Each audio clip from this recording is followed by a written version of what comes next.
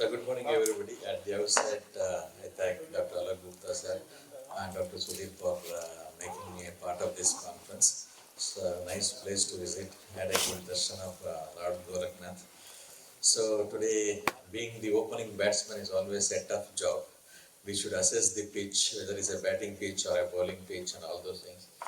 But it is an important topic, that is approach to age in India has type 2 diabetes which shortens their lifespan. So incidence of youth onset type 2 diabetes is increasing 5% every year. That is quite alarming. So youth onset diabetes, what are the possibilities, like what are the types of diabetes a person can develop?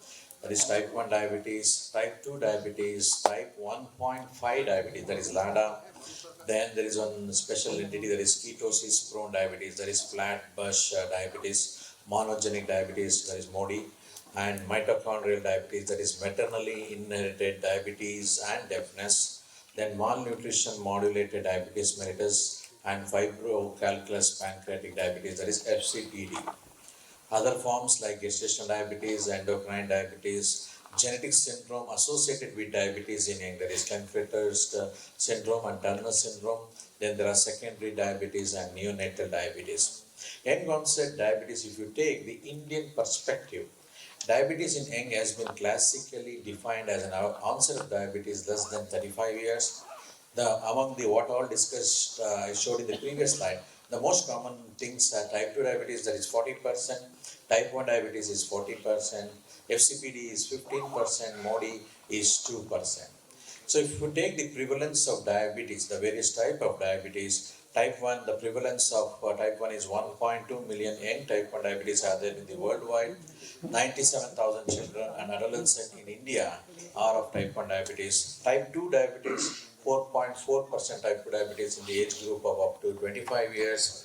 8 to 10% with type 2 diabetes in youngs, with an additional 15% having pre-diabetes. This is another alarming thing. MODI, globally 1 to 3%. In India contains 10%. FCPD worldwide is very less, that is 0.36%. In India, it is 5 to 15%. So these are the differential characteristics of diabetes in young. So if you see this slide, go to this slide, my talk is over. So that is the 4 different types, that is type 1, type 2, MODI and atypical diabetes. You can see here, the onset can be severe in type 1 diabetes, less in type 2 diabetes or MODI, and the main other parameters like acanthosis nigricans, which is common in type 2 diabetes, which is not seen in others. High rate autoantibodies, we all know that is very common in type 1 diabetes. Young onset diabetes, why it is more important? Because beta cell decline is more rapid in young onset. That is the most important thing. That is why the complications of diabetes occur earlier when compared to the normal people. So you can see in this slide, complication in youth onset diabetes. You can see on the right hand side, the complications are more in young onset type 2 diabetes when compared to type 1 diabetes also. That is microvascular, macrovascular, and ultimately early mortality as well. This article shows that high risk of diabetes complication in young onset type 2 diabetes compared to type 1 diabetes. You can see here, when compared to type 1, type 2 diabetes in young have got more 22% macrovascular complication, 68% versus 27% when it comes to microvascular complication. Just an example of few cases like how the patient can present. So 20-year-old female presented with weakness, tiredness, overweight, family history of diabetes, sugar newly found, urine ketone bodies is negative, C-peptide 0.9, antibodies tested for GAD, IA2 and ZNT8, all antibodies were negative. MODI was tested and positive for HNF1A and sulfonylurea was started. This another patient presented classically with polyuria, polydipsia, polyphagia and unconscious. So straightforward is this type 1 diabetes. Another one, this one young lady with obesity and again acanthosis nigricans, young onset type 2 diabetes. This is another fact. These are the various presentation when a person comes to you, you have to keep it in mind. So how to diagnose young onset diabetes? The most important thing is to get a detailed history of the patient, which is very, very important, and physical examination. These are the prime importance. By history and physical examination only we can make out what type of diabetes that particular person has got. So always if it is a DKA presentation, most of the time it is type 1 diabetes. Another second important history what you have to take is the family history. When there is a family history, you can always think of what type of diabetes it is there. Usually it is there with type 2 diabetes, and Modi may not be there in type 1 diabetes. Then next comes the physical examination. Like when you examine the patient, few points which can direct you towards the diagnosis is the most important. As you are seeing in this slide is the acanthosis nigricans, which says the person can have type 2 diabetes in young. An investigation point of view, if you take C-peptide, another important diagnostic tool to say whether the person, which type of diabetes the person has got. If it is very, very low, straightforward, it goes for in favor of type 1 diabetes. When it is in normal range, above normal, we can think of type 2 diabetes or Modi. So diagnosing type 1 diabetes, we all know about this particular because we see day in and day out in our clinical practice that the person present with the classical symptoms of polyuria, polydipsia and polyphagia, and with high sugar, urine positive, and then diagnosis with the antibodies level. If it is positive, then we think of type 1 diabetes. Modi is an important entity which is becoming more prevalent because the awareness is there nowadays in our country, and the testing are there in few centers. For genetic testing as there, when you do the family screening, we may be able to more diagnose it, but it may not be so easy. But clinically, if you're aware of it, and the treatment aspect, if you take, definitely the rest, you can see whether we can diagnose like Modi has, because most of the time genetic testing for Modi may not be available universally. Only few centers in India do it. So who should be referred for Modi genetic testing? There are no simple clinical criteria that will accurately identify all Modi patients, and there is an overlap with young onset type 1 and type 2 diabetes with regard to age of diabetes, body mass index, history of parental diabetes, HbA1c levels and treatment. The traditional clinical diagnostic criteria for Modi is diagnosed less than 25 years, not insulin treated, and a parent affected with diabetes results in a genetic diagnosis in less than half of cases. So another entity which is prevalent in our country is like FCPD, that is fibrocalculous pancreatic diabetes. Patient should be from a tropical country, diabetes should be present, evidence of chronic pancreatitis, and absence of other causes of chronic pancreatitis like alcoholism, hepatobiliary disease, etc. All the patients with FCPD are insulin deficient and require lifelong insulin therapy. They rarely develop DKA. Abdominal imaging like ultrasound, plain X-ray is useful in detecting the pancreatic pathology. So this is an important slide. If you go through this slide, we will be able to diagnose the type of diabetes you got. You can see on the top diabetes in young. If there is a family history of diabetes, if it is positive, if it is left hand, you can concentrate on the left side. Present in the 3 generation, if it is present, ketonuria is negative, C-peptide is good, response to sulfonylurea is good, you think of monogenic diabetes. If there is ketonuria is negative, C-peptide is good, response to OHA, family history of diabetes, then you think of early onset type 2 diabetes. On the other aspect, you can see if the family history of diabetes is not there, if ketonuria is present, C-peptide is absent, straight away it goes to type 1 diabetes. In that, if there is autoantibodies positive, it is autoimmune type 1 diabetes. Autoantibodies negative, it is idiopathic type 1 diabetes. Same thing, if C-peptide is poor, take an abdominal X-ray, see for pancreatic pathology. If it is there, diagnose FCPD. Extreme right, you can see the other endocrine disorder, that is endocrine diabetes, genetics and genetic disorders of diabetes. This is a algorithm for differential diagnosis in youth.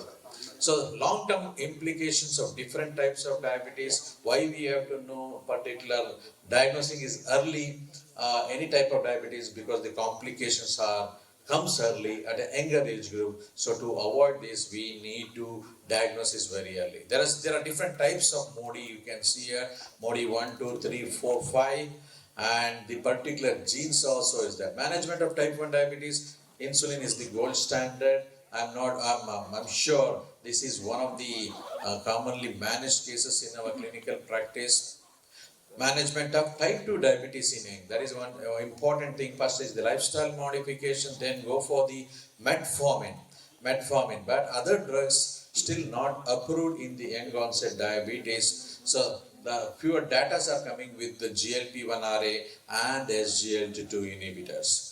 Management of new onset diabetes in youth with obesity, it depends upon the A1C. This algorithm shows if A1C is less than 8.5, go to metformin. More than 8.5, no acidosis or without ketosis, metformin as well as insulin. On the right hand side, if there is acidosis and decay, straightforward insulin. So depending upon the response and HbA1c level, you uptitrate it.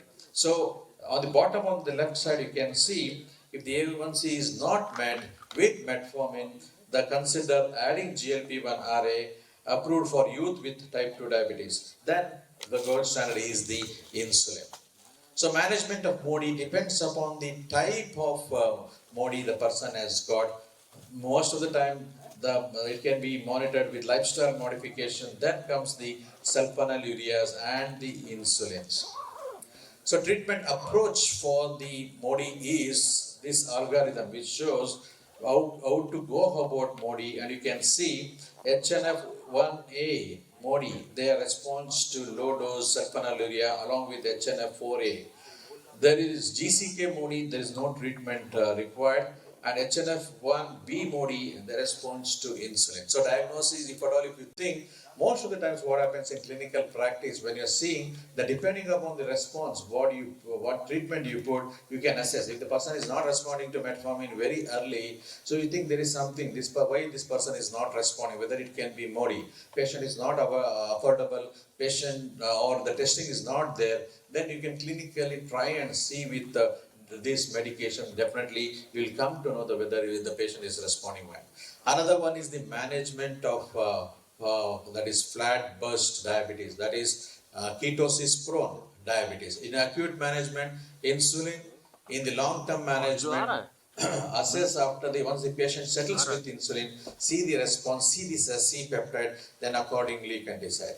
One important aspect not to forget in our clinical practice is LADA, that is latent autoimmune diabetes in adults, also known as 1.5 diabetes. So you can see in this, it can be overlapping between type 1 diabetes and type 2 diabetes. That is why it is called as 1.5 diabetes. Somewhere it is in between. So depending upon the response to the medication, you can see diagnosis the LADA.